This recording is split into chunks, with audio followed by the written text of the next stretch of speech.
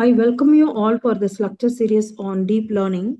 In this lecture, we will briefly discuss about grid search, how it is being used in the model evaluation. First of all, we should know what is the necessity of studying grid search. Studying grid search is important because it helps improve the performance of machine learning models by selecting the best hyperparameter values. In many algorithms, parameters such as learning rate, batch size, or number of iterations greatly influence the accuracy of the model. If these parameters are chosen randomly or manually, the model may not produce optimal results.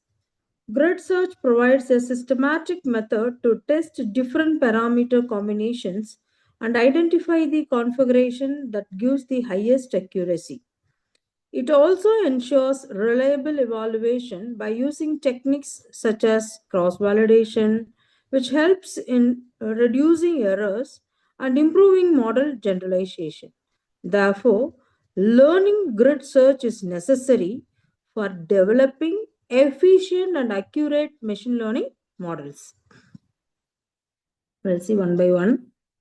First, what is grid search?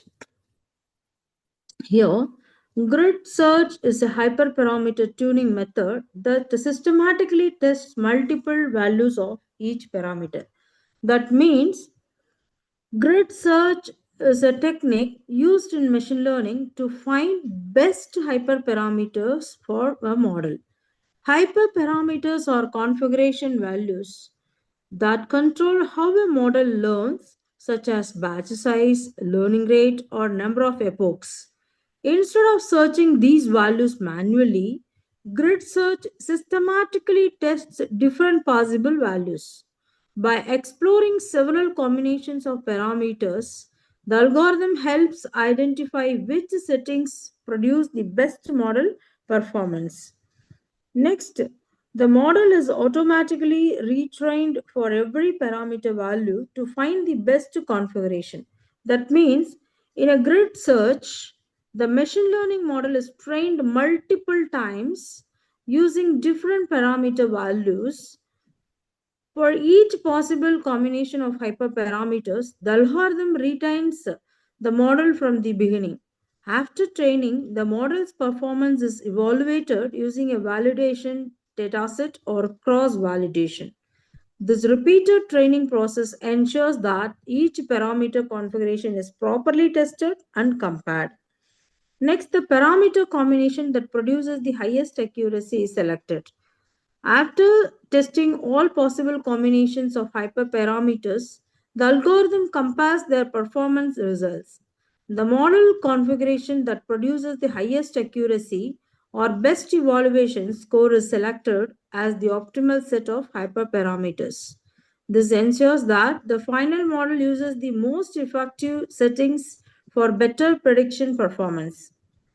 We are taking this is the grid search algorithm.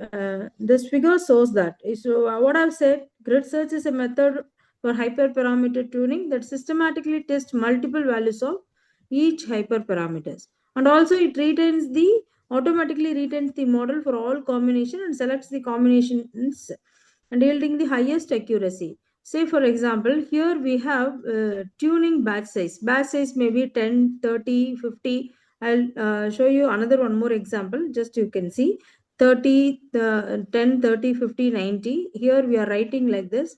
And here and we are looking into for batch size model 1, what is the accuracy, the percentage.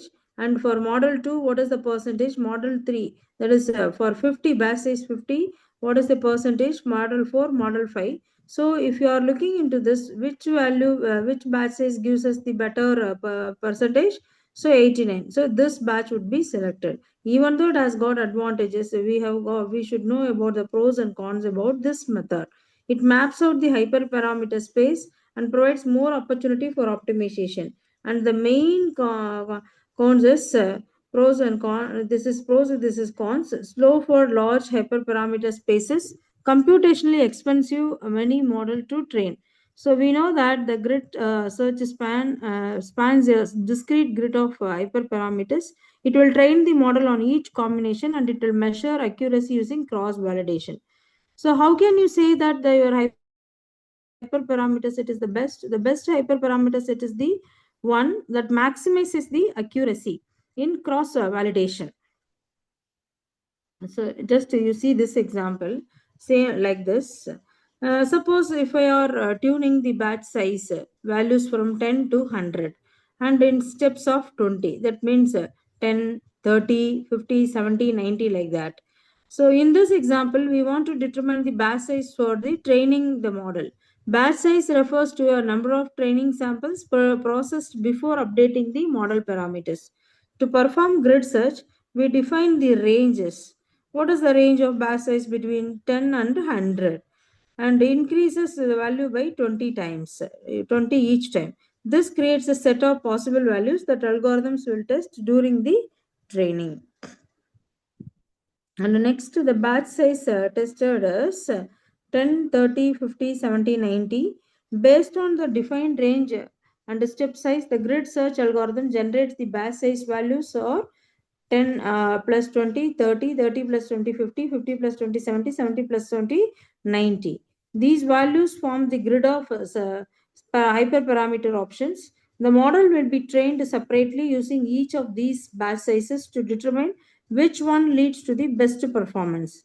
Next, the model runs 5 times. How many? 1, 2, 3, 4, 5. So it will run 5 times. Since there are 5 possible batch sizes, what are they? 10, 30, 50, 70, 90. So there are 5 possible batch size values in the grid. The machine learning model must be trained 5 separate times. Each run uses a different training run uses a different batch size values. After each run, the model's performance is measured and recorded so that all results can be compared. Next, the batch size that give the highest accuracy is chosen for the optimal value.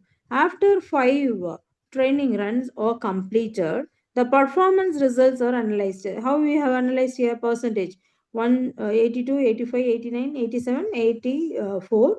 After comparing this performances, the batch size that produces the highest accuracy on the validation data set is selected as the optimal batch size. This value will then be used for the final model training to achieve better prediction results.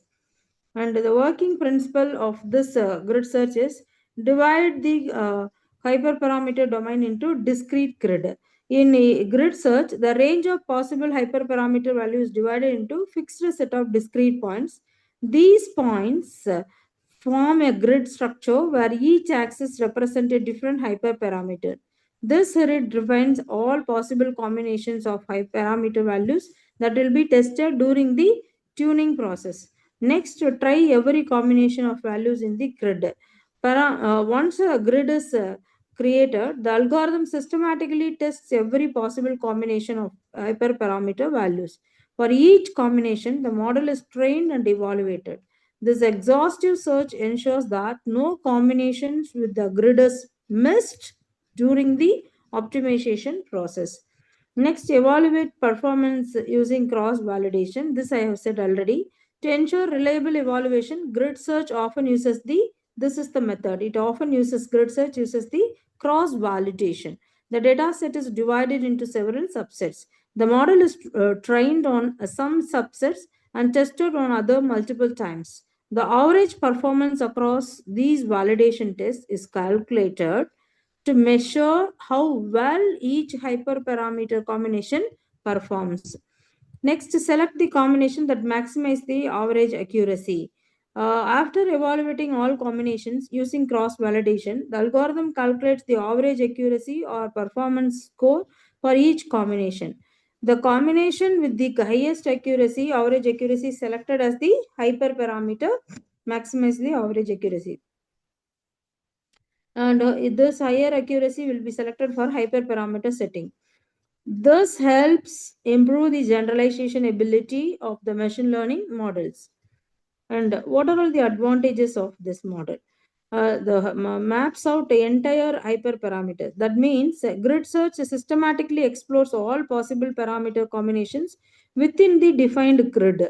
This allows researchers to understand how different hyperparameters affect the model's performance. By mapping the entire hyperparameter space, it provides a clear picture of which region produce better results, and it provides better opportunities for optimization. And since the grid search evaluates multiple combinations of hyperparameters, it increases the chances of finding an optimal configuration compared to manual tuning, where parameters may be chosen based on guesswork. Grid search and provides a structured and reliable method for improving model performance. Next, it helps the best parameter combination. Because grid search checks every combination in the grid, it ensures that the best parameter combinations within the grid is identified. This thorough search makes it a reliable approach for hyperparameter tuning, and especially when the number of parameter is small. And the disadvantages of this grid search is it is very slow when hyperparameter values exist. One major drawback of grid search is this, that it becomes very slow when there are many hyperparameters or when each parameter has many possible values. The number of combinations increases rapidly, which leads to longer training times and higher computational costs. And it requires training models.